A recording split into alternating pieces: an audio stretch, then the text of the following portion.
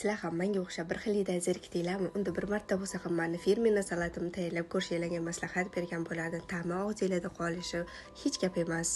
Tovuq filesini shunaqa somuncha qilib to'g'rab olib va yog'imizda qovurishda boshlaymiz. Tillarang bo'lguncha zaruralarimizdan tuz, kashnish, murch va paprika qo'shib olamiz. Bu yana ham tovuqimizga chiroyli hid beradi. Tovuq filesiga o'xshab champinyonlarimizni to'g'rab olib, piyozlarimiz bilan birgalikda uni ham qovurib olamiz. Tillarang bo'lguncha tuz, murch qo'shib, suvlarni ketkizib olamiz. Keyin oxirida qopqog'ini yopib, past olovda dimlab qo'yamiz.